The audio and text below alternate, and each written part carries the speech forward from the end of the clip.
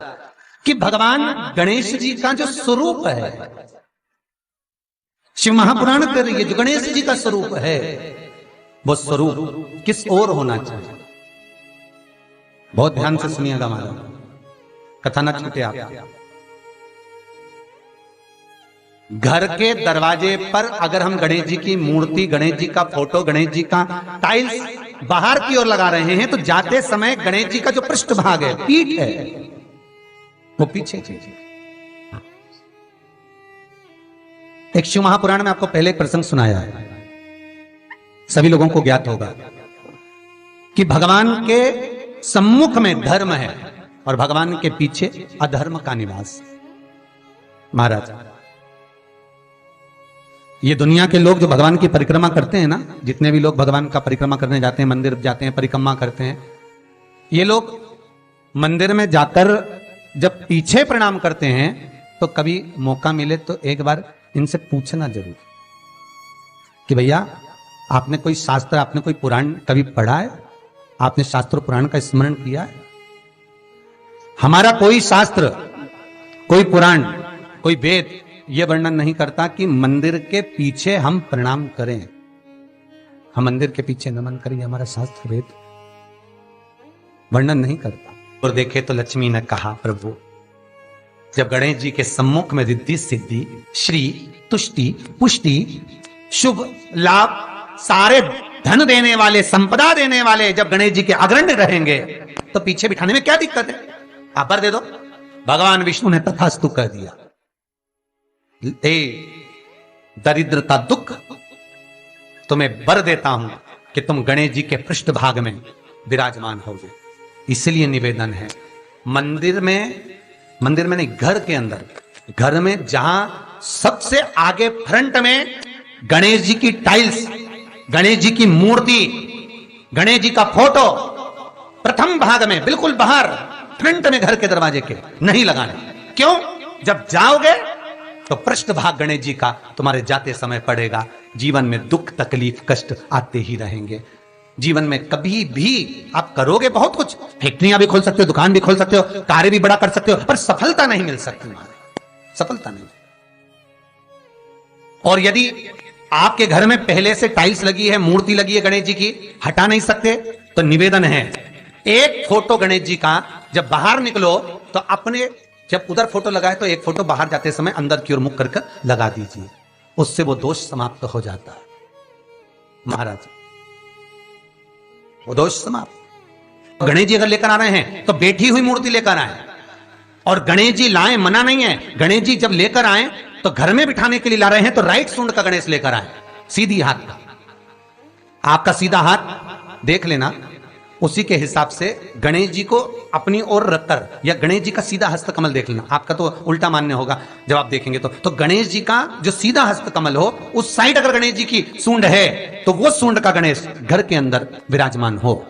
उल्टी सूंड का गणेश, लेफ्ट सूंड का गणेश, ये गणेश व्यापार, व्यवसाय, फैक्ट्री, दुकान, बिजनेस, ऑफिस जगह पर विराजमान हो।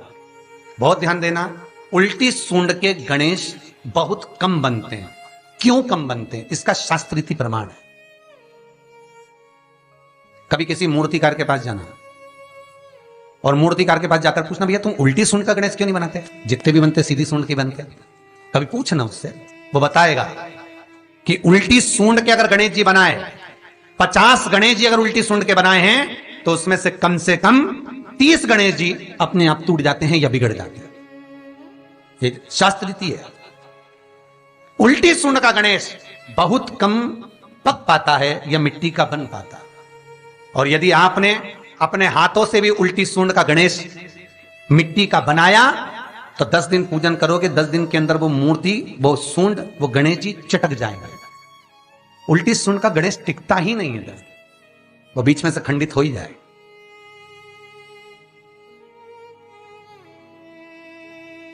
वो तो स्वयं गणेश जी कृपा करें, स्वयं विनायक कृपा करें और उल्टी सूंड के गणेश जी अपने को मिल जाएं और वो गणेश जी हमारे घर में आ जाएं तो वो फिर नहीं चलता। सीधी सूंड के गणेश जी को मनाने के लिए महाराज मंत्र की 50 माला करना पड़ती है, तो समझ लो सीधी उल्टी सूंड के गणेश जी को मनाने के लिए मात्र 5 माला में भगवान गणेश प्रसन्न हो जाते हैं। अर्थात उल्टी सूंड का गणेश शीघ्र प्रसन्न होता है। महाराज ब्रजमंडल में जब कभी जाओ, मथुरा के पास में वृंदावन से आगे लोहवन पड़ता है। कौन सा वन है? लोहवन। वृंदावन से कुछ थोड़ी दूरी पर लोहवन है। उस लोहवन में जाना, जैसे निकुंज वन में गए, भांडेर वन में गए, आप लोग कई बार दर्शन करने गए होंगे, तो लोहवन में जाना और लोहवन में जाकर थोड़ा सा सरसों का तेल लेकर अपने ऊपर से 21 बार उतार कर लोहवन में भगवान शिव का स्मरण कर कर, यमुना का स्मरण कर कर, विष्णु और कृष्ण का स्मरण कर कर, वो तेल सामने एक मूर्ति मिलेगी जिसका शीश नहीं होगा, उस मूर्ति पर चढ़ा देना। इसका भी चरित्र शिव महापुराण में आता है महाराज, इसका भी व्याख्यान आता है उस मूर्ति का है। लोहवन ब्रजमंडल में लोहवन का व्याख्यान स्कंद पुराण में भी है। आप मेहनत कर रहे हो, फल नहीं मिल रहा, आप दुकान खोल रहे हो, चल नहीं रही है, आपका चित्तवृत्ति, आपके जीवन में सफलता आ ही नहीं रही, तो कहीं मत जाइए। आपके जीवन में 25 बार अंगूठी बदल के देख लिया, कभी कुकराज पहन लेते, कभी मोती पहन लेते, कभी नीलम पहन लेते, कभी कोई महाराज ने कहा तो ये कर लिया, कभी कोई महाराज बोला तो ये कर लिया, फल नहीं मिले, कहीं मत जाओ, कुछ मत पहनो, उसकी शरण में जाओ, उसकी शरण। लोहवन पहुंच जाओ, वृंदावन से 4-5 किलोमीटर की दूरी। रिक्शे वाले से बोलो कि वो लेके जाएगा, 5 रुपए लेता है, लोहवन जाए, वहां विनय करो, 10-15 मिनट बैठ लो, भजन करो, यमुना जी का स्तमन करो, शिव का नाम जाप करो, शंकर का भजन करो, और वो सरसों का तेल 21 बार स्वयं उतारो, स्वयं चढ़ा दो, आओ वापिस। उसके बाद तुम किसी कार्य को करोगे तो सफलता जल्दी मिलेगी, काम अटकेंगे नहीं, काम सफल।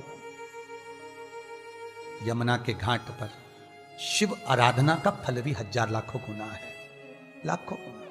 बहुत ध्यान देना, स्वप्न 2 तरह का होता है। एक, स्वप्न में अगर आप बहुत खिलखिलाकर हंस रहे हो तो समझ लेना दूसरे दिन तुम्हें कुछ ना कुछ ऐसी खबर मिलेगी कि आंख में आंसू आएंगे। स्वप्न में आप अपने आप को अगर हंसता हुआ देख रहे हो, किसी को खिलखिलाता हंसता हुआ देख रहे हो, तो दूसरे दिन कुछ रोने की खबर मिलेगी, कोई दुख होगा, कष्ट होगा, तकलीफ होगा। और अगर स्वप्न में आप भगवान को मुस्कुराता हुआ देख रहे हो, स्वप्न में आप भगवान को हंसता हुआ देख रहे हो, तो जरूर तुम्हारे ऊपर कुछ भगवान की कृपा होने वाली है, जरूर कोई अच्छी खबर आने वाली है। दोनों के हंसने में अंतर है। सांसारिक मनुष्य स्वप्न में हंसता दिखे तो दुख मिलेगा, और भगवान हंसता हुआ दिखे तो सुख मिलेगा।